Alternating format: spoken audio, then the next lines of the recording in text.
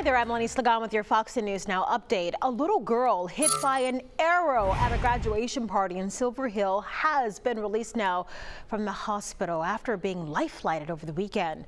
Police say the arrow missed her vital organs by only centimeters.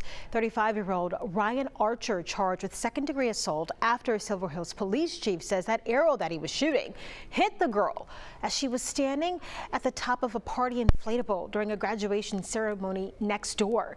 He says the arrow bounced off a dirt target. Archer is being charged with second-degree assault because it was, quote, his reckless behavior that caused the injuries. We're told the girl is resting at home and is expected to make a full recovery.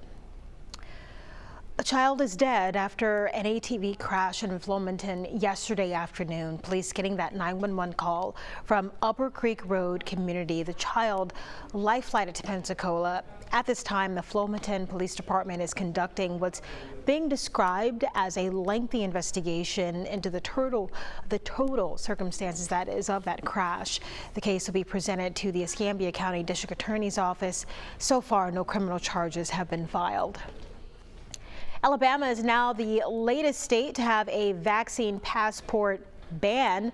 The governor signing that legislation today. It's an effort to try to prohibit someone from having to prove they got the COVID vaccine before they can go inside a business, a school, or an event.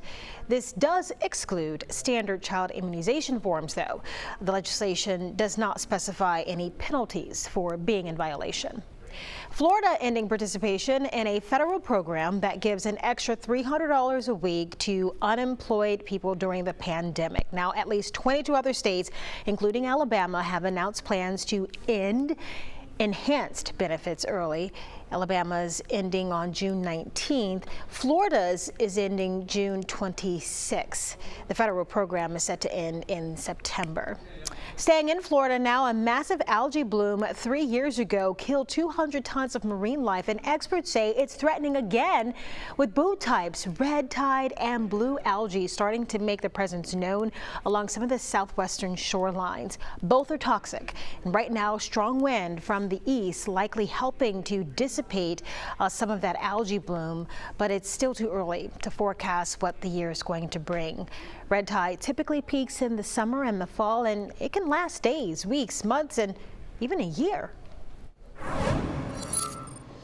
All right, starting to warm up across the Gulf Coast. Good news is the air is still pretty dry across the region, so we're not overly concerned with the forecast. I want to show you what we're tracking here with your extended outlook. So as we look at it, 88 degrees for your high tomorrow. Then we go on through the middle part of the week, and we see things ramping up, getting closer to 90 degrees. Humidity increasing a little bit here, too, in the area, as we'll be looking at the potential of seeing some of that humidity filling up. Here's what we're seeing as far as our day planner. Mostly cloudy to start the morning, then we get into the afternoon. It starts to get a little toasty. Heat index around 90 tomorrow afternoon. We're trending towards summertime and your Memorial Day weekend. Looks like a dry trend for most of the work week across the Gulf Coast.